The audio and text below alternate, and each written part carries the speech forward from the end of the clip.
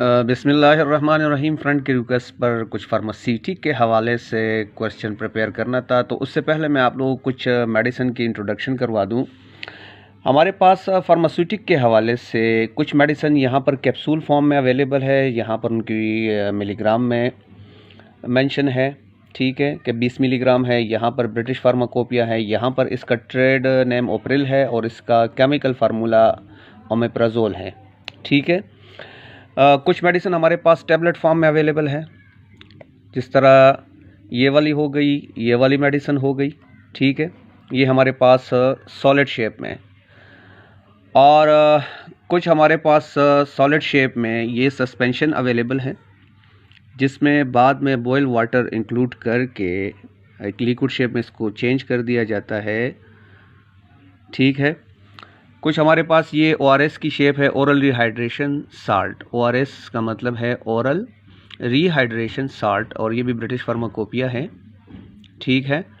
ये भी solid form में अवेलेबल है, लेकिन बाद में इसको लिक्विड उसमें चेंज कर दिया जाता है जब इसमें पानी मिला दिया जाता है। इसके साथ साथ हमारे पास ये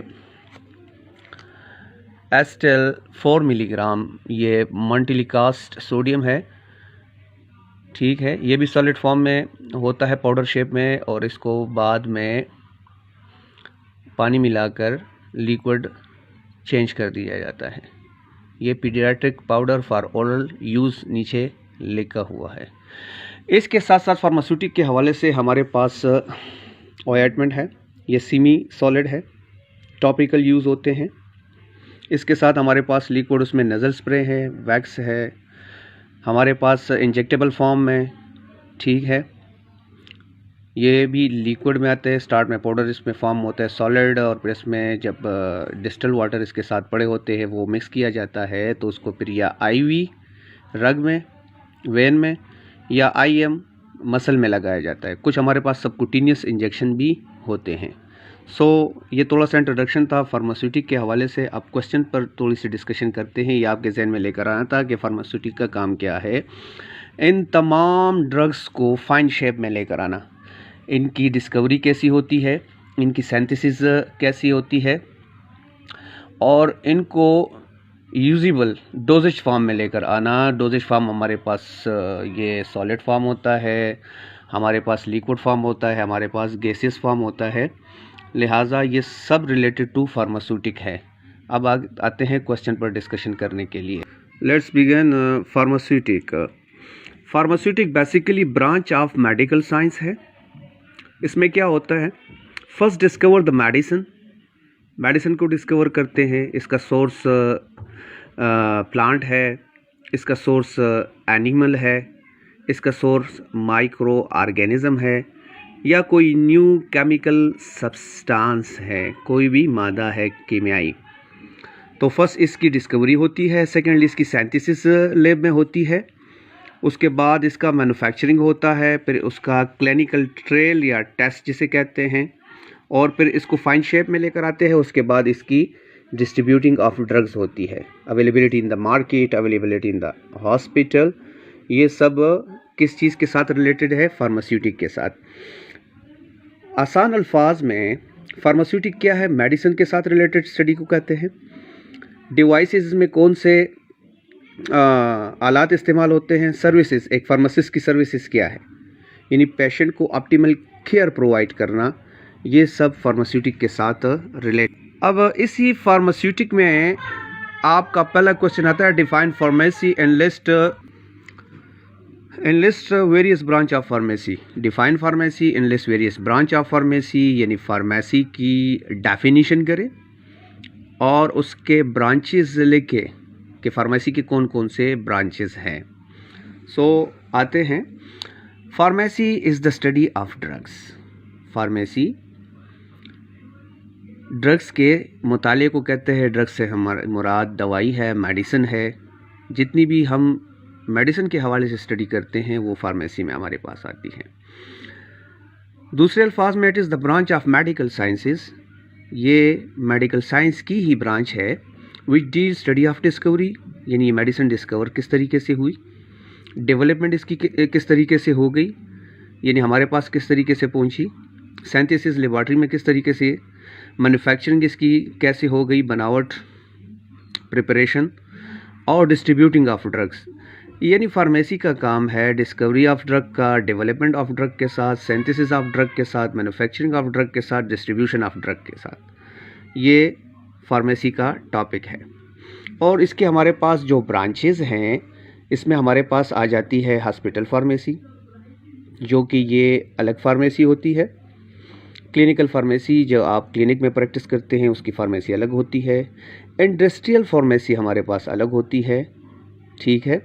कम्युनिटी से मुराद लोग है, इसकी फार्मेसी अलग होती है। फ्रांजिक हमारे पास अलग होती है, कंपाउंडिंग हमारे पास अलग होती है, वेटरनरी हमारे पास अलग होती है, online pharmacy and nuclear pharmacy. ये था हमारे पास फार्मेसी के हवाले से कुछ बातें।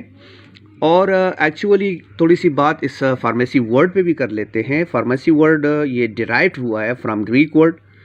ग्रीक वर्ड से ये अखज़ हुआ है फार्माकॉन, जिसका मतलब है ड्रग, दवाई और मेडिसिन या मेडिसिन, ठीक है। इसमें थोड़ी सी बात कर लेते हैं।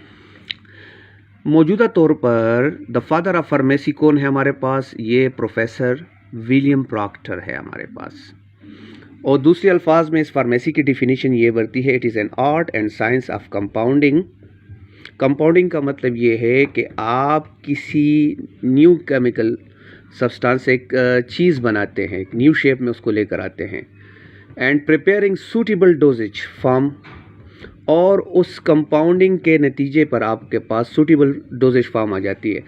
एक्चुअली ये डोजेज फॉर्म कहते हैं फिजिकल फॉर्म ऑफ ड्रग, और डिज़ाइन कहते हैं टू फार्मूलेट, यानी formulation of physical form of drugs.